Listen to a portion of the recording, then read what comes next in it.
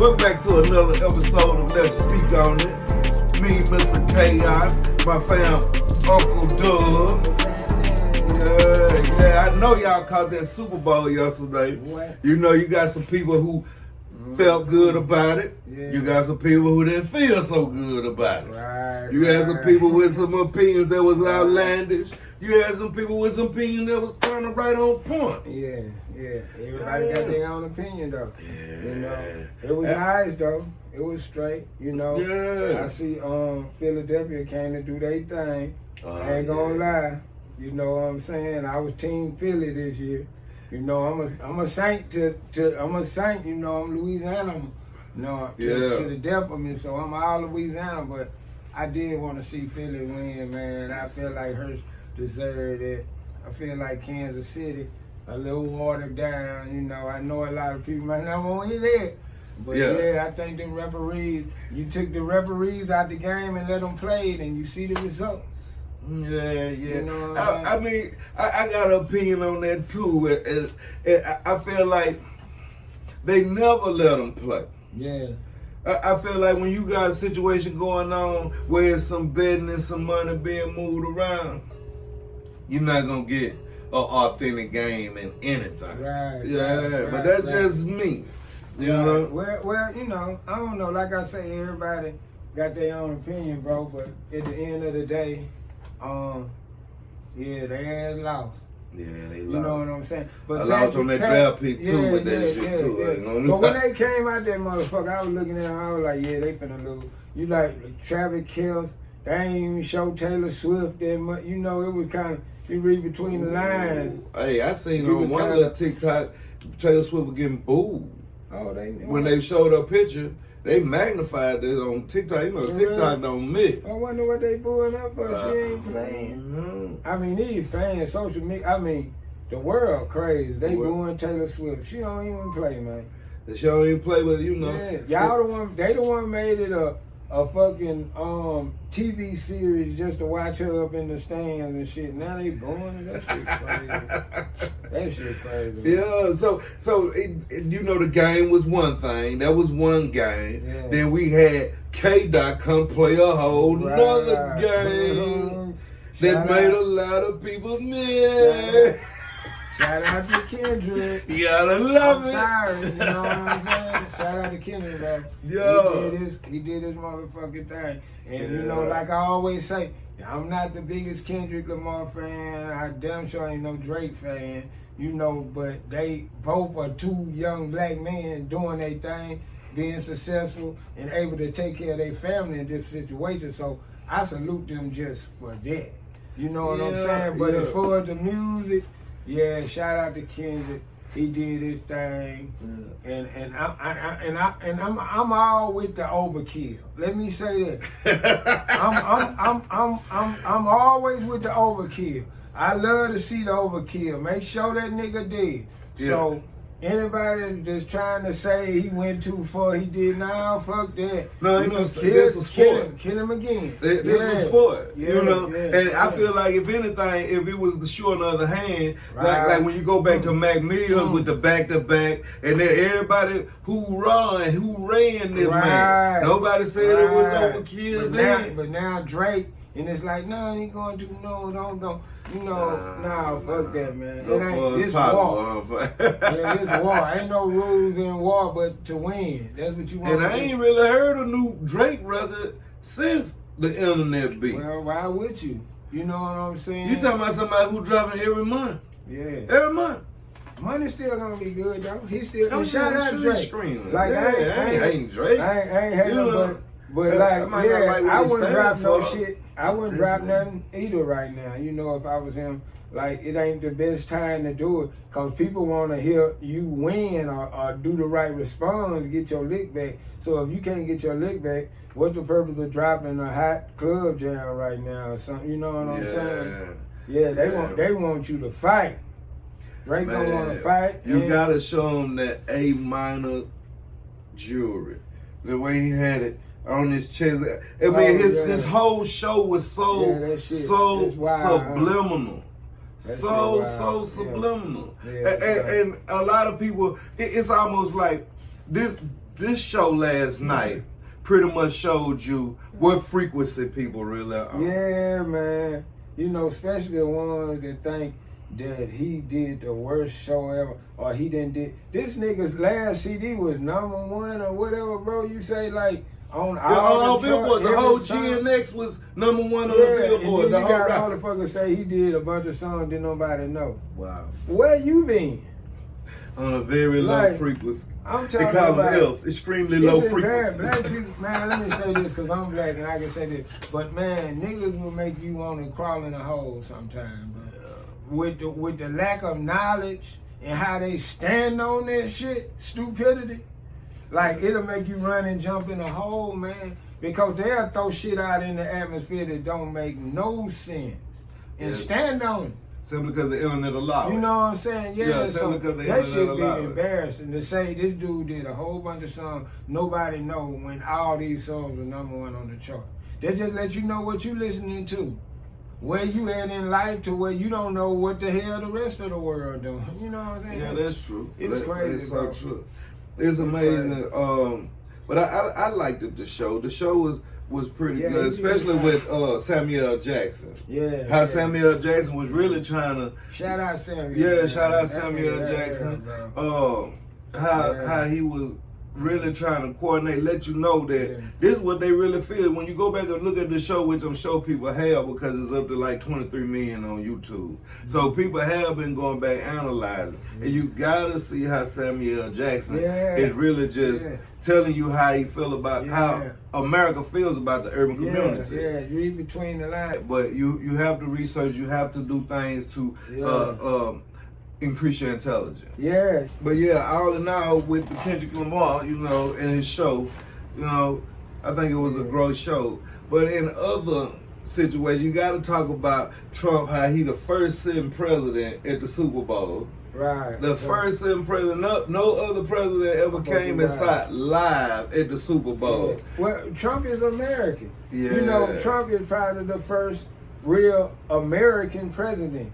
If you know what being American really means to the people that want to be American. Me personally, I'm not a person that just really trying to be American because I feel like people with something here in this land that they call America before they was American, and that's what I'm always gonna be. Mm-hmm. But I embrace the culture. I embrace everything that's going. I do love my country. I do love the people that's in it. You know what I'm saying? It is like a love-hate relationship, you know, and a lot of it got to do with us. You know, I mean, we are our worst enemy. But we are what we know. Yeah, I mean, but we got other enemies too, though. Yeah, we are we know. And just like they know, so they wouldn't really be able to see that. Just like Trump couldn't see through my eyes. He, coming up in Shreveport, you know, through poverty and whatever the case may be, trying to come up to a point where I can sustain in life, just sustain. Right. You know, but Trump, you know, he coming to the world born into money, so how would he ever, just like I wouldn't be able to, it would take us to have a conversation. Yeah, and a lot of it, bro, come from, a lot of things have to be separate for it to work. And even going back to scripture, because you know I'm big on God and what he say. And even going back to the scripture, it's a reason why it was so much on being separate that was talked about, especially in the Old Testament, bro. Like being black people separate from white people, when you look at it as what they call racial, you know, then you look at it like, why everybody want to be? But in reality, bro, the worst thing, in my opinion, and I don't want nobody to take this the wrong way, you know what I'm saying? Because I love Dr. King. I love Martin Luther King. You know what I'm saying? He was a great man. But when he really found out what he was doing and what he was causing, they hurried up and killed him because he tried to straighten it up quick. That's a different story. But my point is this, bro. Like one of the worst things we ever could have did was try to mingle in with white people and what they had going on. And white people, even to today, bro, they show you, not in no bad way. It's like, cause I got a lot of white friends I love to death, Like, for real, I'm not racist. Anybody know I'm not racist. Yeah, anytime you get to know an individual, you get to know that individual. But white people don't want you in their neighborhoods. That's why they get neighborhoods and build them off today. They want to be by that, and ain't nothing wrong with that. Black people, the only motherfuckers don't want to be together. They think they want to run to, but that ain't the answer, bro. That's the worst thing, because when we went to fighting for the right to sit in a white man restaurant and got them rights, then we lost all our black-owned restaurants and businesses. Because now we want to run the Sears. Now the black-owned businesses, that's how we really lost Black Wall Street and everything we had going with that without the fire. We were the biggest fire we ever had in our communities, bro. Bigger than Black Wall Street or anything the internet ever did when we started running off to other businesses, man. And to this day, we cannot support a black business. It's the worst thing, they don't fry their chicken. They chicken too small. They shrimp ain't, whatever. He ain't mowing the grass like the he just ain't doing. You know what I'm saying? Like, the only thing you want to trust a nigga with black people is your car. You let that nigga work on your car. Yeah, you gonna watch him the whole time. Yeah, but you ain't let him work on your car. But the worst thing we could have did was start going into other people and say, man, we should keep our own, bro. Support our own businesses. And then the whites and the black come together when we need to, do what we need to do, good business, and then go on about your business. What's so hard about that? If I got a young black man that like one of your mom and they end up, okay, cool. But let's not, like, bruh, being separate sometimes is better. And that's how black people done really lost, bro. From trying to do everybody's shit but their own, bro. We the only one trying to do everybody's shit but their own. Not realizing everybody's shit is our own. Yeah, we most women.